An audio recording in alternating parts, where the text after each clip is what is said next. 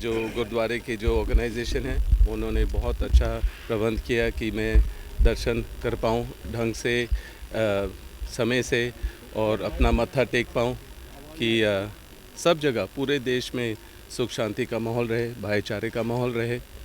और जो सबको पता है कि गलत हो रहा है, जो सरकार कर रही है हर तरीके से, उस पर रोक हो और प्रभु की कृपा हो।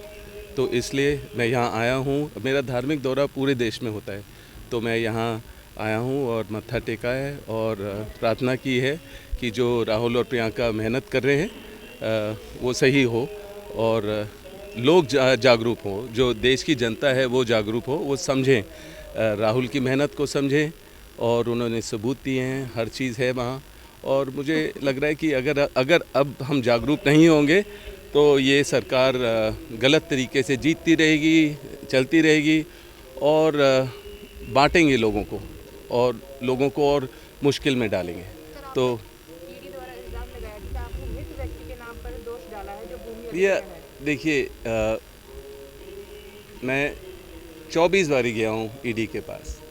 जो ये पूछ रहे हैं ये 2008 20 साल पुराना है, 20 साल पुराना ये कहानी है, ठीक है। 20 साल में जो मेरे व्यक्ति मेरे साथ काम करते थे वो सब, उनके पास इन्फॉर्मेशन है, शुरू से अभी तक सारी इन्फॉर्मेशन है और मैंने सारे जवाब दिए, कोई भी गलत चीज़ नहीं की है। और अगर आपको कभी भी लगेगा, वो सबूत दिखाए ना, मैं यहाँ हूँ, देश में हूँ, और जब भी वो मेरे को समन करते हैं मैं वहाँ पहुँचता हूँ। और सफाई देने की ज़रूरत नहीं है। अब चार्जशीट है तो जो भी आगे होगा देखेंगे, पर मैं तो पूरा यहाँ हूँ, जवाब दे रहा हूँ, कोई डरने की ज़रूरत नहीं है, कोई छुपाने की चीज़ है ही नहीं।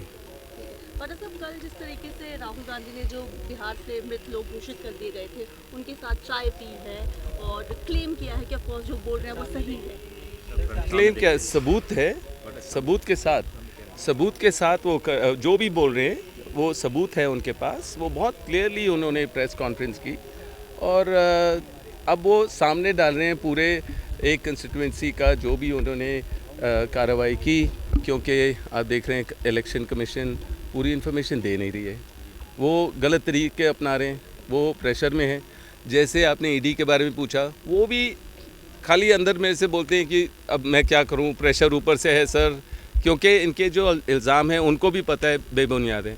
तो जो अगर जुडिशरी हो या मतलब कि इलेक्शन कमीशन हो या आपके जो ईडी और सारे ये जो संस्थाएं, अगर इसको बीजेपी कंट्रोल करेगी तो सफाई कैसे मिलेगी, सफाई कैसे मिलेगी? ये मतलब 20 साल से चला आ रहा है यही सवाल, बकवास सवाल। और 12 साल से मेरे को मतलब जब से सरकार आई है बुलाते जा रहे हैं। सबको पता है, जो भी आपके यहाँ पंजाब में जब चन्नी जी थे वो उम्मीदवार थे, उनको भी परेशान किया, उनके परिवार को भी परेशान किया।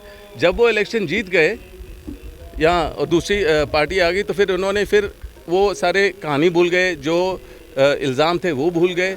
तो ये तरीका नहीं है अपनाने का, जो ये गलत इस्तेमाल करते हैं, दुरुपयोग करते हैं एजेंसियों का, तो गलत है। तो हाँ जी, इलेक्शन कमीशन कह रहा है कि सबूत जो है राहुल गांधी जी के पास या फिर प्रियंका गांधी जी को वो जमा कराएं और एक शपथ पत्र दें। ये पहले वो भी तो जवाब दें ना, किस तरीके की इलेक्शन हो रही है, जो कार्रवाई की है उसकी वो जवाब नहीं देना चाह रहे हैं। तो बस वो कहते हैं अब ओथ दीजिए। राहुल प्रियंका संसद में हैं, उन्होंने वहाँ ओथ लिया है और लोगों की बात बुलंद करते हैं। जो ये सरकार छुपाना चाहती है उस लोगों की आवाज़ बुलंद करते हैं। जो गलत हो रहा है देश में वो बुलंद करते हैं, उसके लिए लड़ते हैं, वो दिन रात लड़ते हैं। तो मैं ये कहूँगा कि इलेक्शन कमीशन को समझना चाहिए, वो ज़रूर जवाब दें, वो दिखाएं इलेक्ट्रॉनिक जो भी वोटर लिस्ट है और हर चीज़ जो भी राहुल ने बोला है। और पूरा देश जागरूक है और वो सब आ रहे हैं, जुड़ रहे हैं राहुल के साथ। तो अब इलेक्शन कमीशन की जो बिलीफ है लोगों में कि वो कम होती जा रही है।